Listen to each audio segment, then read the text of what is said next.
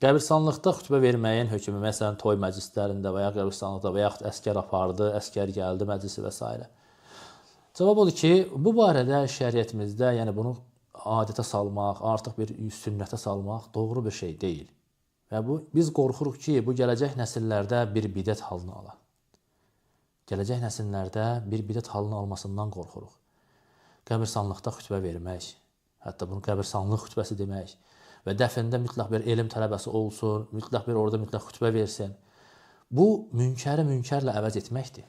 Bugünkü günü biz mollaların etdiyi bidətləri qaldırmağa çalışırıq ki, bunların etdiyi əməllər yanlış əməllərdir. Məsələn, oturur qəbirstanlıqda Quran oxuyur və s. Və buna görə insanlardan pul alır və ya hətta almasa belə deyirik ki, bunun dində dəlili yoxdur. Sonra da qohum əqrabamızı razı salmaq üçün, onları susturmaq üçün molla çağırmırıq, əvəzinə elm tələbəsi çağırırıq. Molla gəlib Quran oxuyacaqdırsa, elm tələbəsi gəlir moizə verir. Sanki bir münkəri başqa bir münkərlə əvəz edirik. Bu doğru bir şey deyil. Bu yanlış bir, xüsusən dəfindən sonra qəbirstanlıqda moizə vermək yoxdur. Rasulullah s.ə.v-dən gəlməyib. Rasulullah s.ə.v cəmi bir dəfə qəbirstanlıqda səhabələr nəsiyyət edib, o da dəfindən öncə. Məşhur Numan bin Bəşirin hədisidir, uzun hədisdir. Gəlir qəbirstanlığa, qəbir hazır olmur sahabəni dəfn etməzdən öncə. Orada sahabələrə insan qəbirə qoyulduqdan sonra ona mələklər gələr, o barədə nəsiyyət edir, qəbir hazır olana qədər. Lakin qəbirstanlıqdan dəfindən sonra isə yalnız bir kəlmə işlədir ki, qardaşınız üçün istiğfar edin, o indi sorğu sualdadır. Dəfindən sonra tək edilən əməl hər kəsin əlini açıb vəfat etmiş insan üçün dua etməsidir. Allahdan onun üçün bağışlanma diləməsidir, onun üçün sabitlik diləməsidir. Baxın, bugünkü günü mollaların etdiyi əməlin, deyək ki, bəzi məzhəblərdə ölüyə Quran oxumaq deyən rəy var, görüş var. Ən azından deyir ki, o görüşdən tutub bunu edirlər. Qəbirstanlıqda dəfindən sonra xütbə verməyi hansı məzhəb deyir? Hansı məzhəbdə var? Belə bir görüş mü var? Yəni, bu əməli edənlərin etdiyi münkər, mollaların etdiyi münkərdən daha betərdir.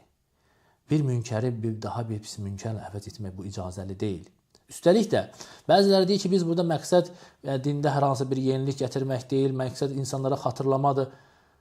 Qəbirstanlıq xatırlama yeri deyil. Xatırlama yeri insanlara moizə yeri məscidlərdir. Yaxud qəbirstanlıq olsun və yaxud toylar olsun, fərqi yoxdur. Bugünkü günü biz bunu əmələ davamlı olaraq edirik. Bizdən sonra gələn bizim övladlarımız, onlardan sonra gələnlər nə deyəcəklər? Deyəcəklər ki, bizim babalarımız elm tələbələri idi. Elm öyrənmiş insanlardır. Biz babalarımızdan belə gördük. Qəbirstanlıqda mütləq xütbə verilməlidir deyə. Qəbirstanlıq xütbəsi var deyə.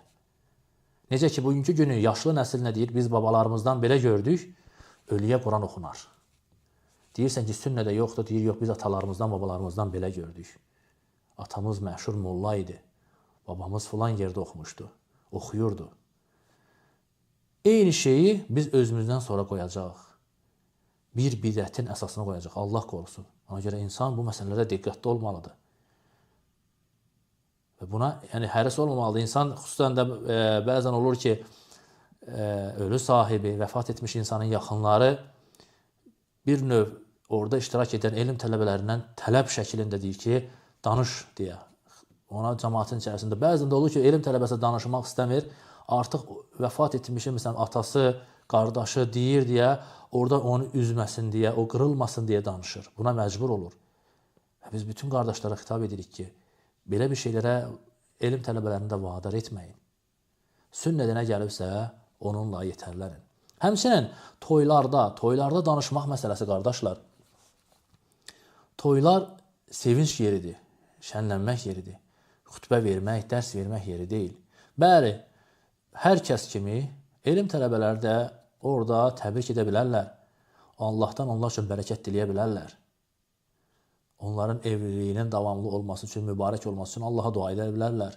Gözəl bir kəlmə işlədə bilərlər. Lakin yarım saat, 20 dəqiqə, yarım saat, 1 saat xütbə vermək, dərs vermək və toy xütbəsi deyək, belə bir şey yoxdur. Və yaxud əskər gəldi, əskər apardı, məclisləri təşkil etmək, bunun üçün elm tələbələri çağırılsın, gəlsin, dərslər versin. Dinimizdə belə bir şeylər yoxdur. Və insan bəli sevinə bilər. Oğul əsgərlikdən gəldiyinə görə Allah azə və cəllə şükür olaraq heyvan kəsə bilər, insanları yedirə bilər. Bu problem deyil. Lakin bunun elm məclisinə çevirmək, yəni bu zikr məclisi olmalıdır, əsgər gəldi, xütbəsi və s. bu şeylərin dində əsası yoxdur. Bu şeylərdə diqqətli olmamız lazımdır. Düzünü Allah bilir.